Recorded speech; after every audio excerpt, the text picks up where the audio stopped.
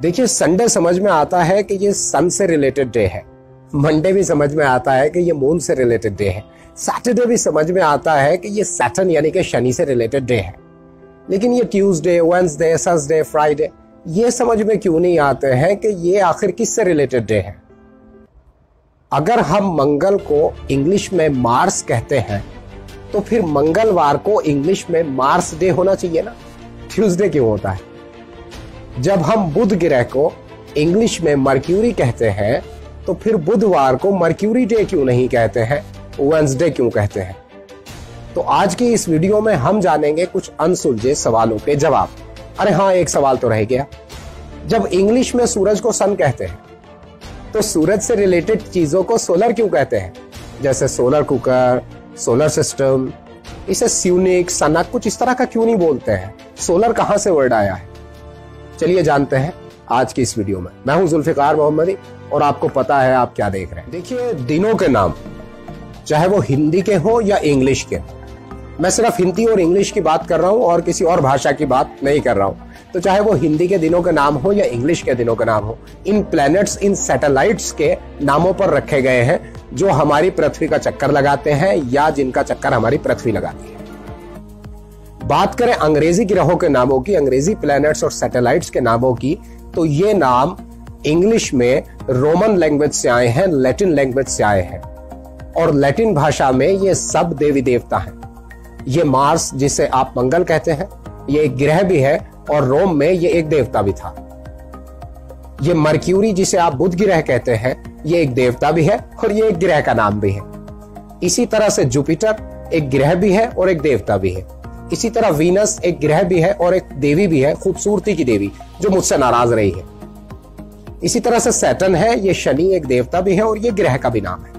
लेकिन आप सोच रहे होंगे कि ये सन और मून कहां चले गए, अभी बाद में बताऊंगा आपको। ये ग्रहों के नाम जानने के बाद भी जब आपको पता चला है कि ये इंग्लिश में जो ग्रहों के नाम है Mars, mercury, Jupiter, Venus, Saturn, ये सब जानने के बाद भी आपको ट्यूसडे, वेडनेसडे, थर्सडे, फ्राइडे हल होता हुआ नजर नहीं आ रहा है। उसकी वजह यह है जो अब मैं आपको बताने जा रहा हूं। बहुत ध्यान से सुनिएगा, यह पॉइंट बहुत जरूरी है आपके लिए, वरना पूरी मिड वीडियो आप मिस कर जाएंगे, देखने के बाद भी मिस कर जाएंगे, कुछ समझ में नहीं आएगा।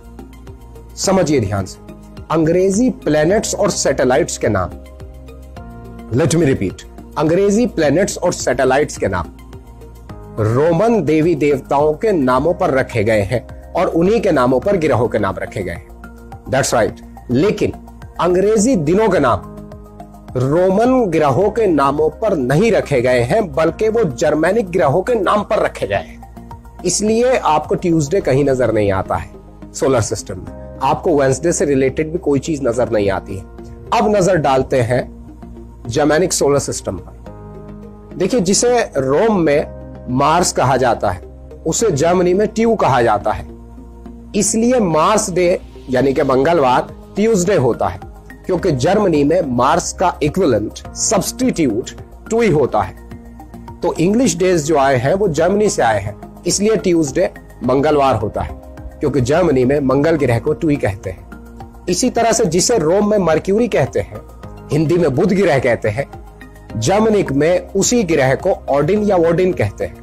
और ये वेडनेसडे था जो बाद में बदलकर या बिगड़कर वेडनेसडे हो गया। इसी तरह से जिसे रोम में जुपिटर कहते हैं, जिसे हिंदी में बृहस्पति कहते हैं, उसे जर्मनी में थॉर कहते हैं और यह सॉसडे था जो बाद में थर्सडे हो गया है। इसी तरह से जिसे हिंदी में शुक्र ग्रह कहते हैं उसे रोमन में वीनस कहते हैं और उसी वीनस को जर्मनिक में फ्रीगा कहते हैं। ये वॉर्डन, ये थॉर, ये फ्रीगा, ये सब माँ बेटे हैं। आपने अवेंजर फिल्म में इनकी एक कहानी भी सुनी होगी, ऑडिन का बेटा थॉर। तो ये सब जर्मनिक माइथोलॉजिकल कैरेक्टर्स हैं। मैं कह रहा था आपसे कि हिंदी में जिसे शुक्र कहते हैं, रोम में उसे वीनस कहते हैं और जर्मनिक में उसे ही फ्रीगा कहते हैं। और आपका जो फ्राइडे है वो फ्रीगा डे था जो बाद में फ्राइडे हो गया है। बात करें शनि की, तो शनि ग्रह को रोमन में भी सैटर्न कहते हैं और जर्मनिक में भी सैटर्न ही कहते हैं, इसलिए ये सैटरडे होता है। अब बात करता हूं आपसे उसके बारे में जब मैंने आपसे कहा था कि जब इंग्लिश में सूरज को सन कहते हैं, चांद को मून कहते हैं, तो फिर चांद से रिलेटेड चीजों को ल्यूनर और सन से रिलेटेड चीजों को सोलर क्यों कहते हैं। तो मैंने आपसे बताया था कि रोमन गिरोह के नाम क्या क्या होते हैं, लेकिन उसमें मैंने आपसे 2 एंट्रीज मिस कर दी थी। ये एंट्रीज है सॉल और लियोन। रोमन भाषा में सूरज को सन नहीं कहते, रोमन भाषा में सूरज को सॉल कहते हैं। रोमन भाषा में चांद को मून नहीं कहते थे, बल्कि रोमन भाषा में चांद को लियोन कहते हैं। इसलिए सन से रिलेटेड जितने भी एडजेक्टिव बने, जितनी भी चीजें बनी, उन्हें रोमन लैंग्वेज के हिसाब से बनाया गया, सोल से सोलर कर दिया गया। सूरज को सन कहने का रिवाज तो जर्मनी में है, चांद को मून कहने का रिवाज जर्मनी में है, रोम में नहीं। इसलिए हम कह सकते हैं कि सन से रिलेटेड एडजेक्टिव रोमन भाषा से लिए गए हैं, चांद से रिलेटेड एडजेक्टिव भी रोमन भाषा से लिए गए हैं, लेकिन चांद और सूरज का नाम जर्मनिक भाषा से लिया गया है। इसलिए ये सारा केओस फैल गया है। तो आज की मेरी ये खराब आवाज वाली छोटी सी वीडियो आपको कैसी लगी जानने का इंतजार करूंगा। दुआ कीजिए मेरी तबीयत जरा ठीक हो जाए। I am not feeling well.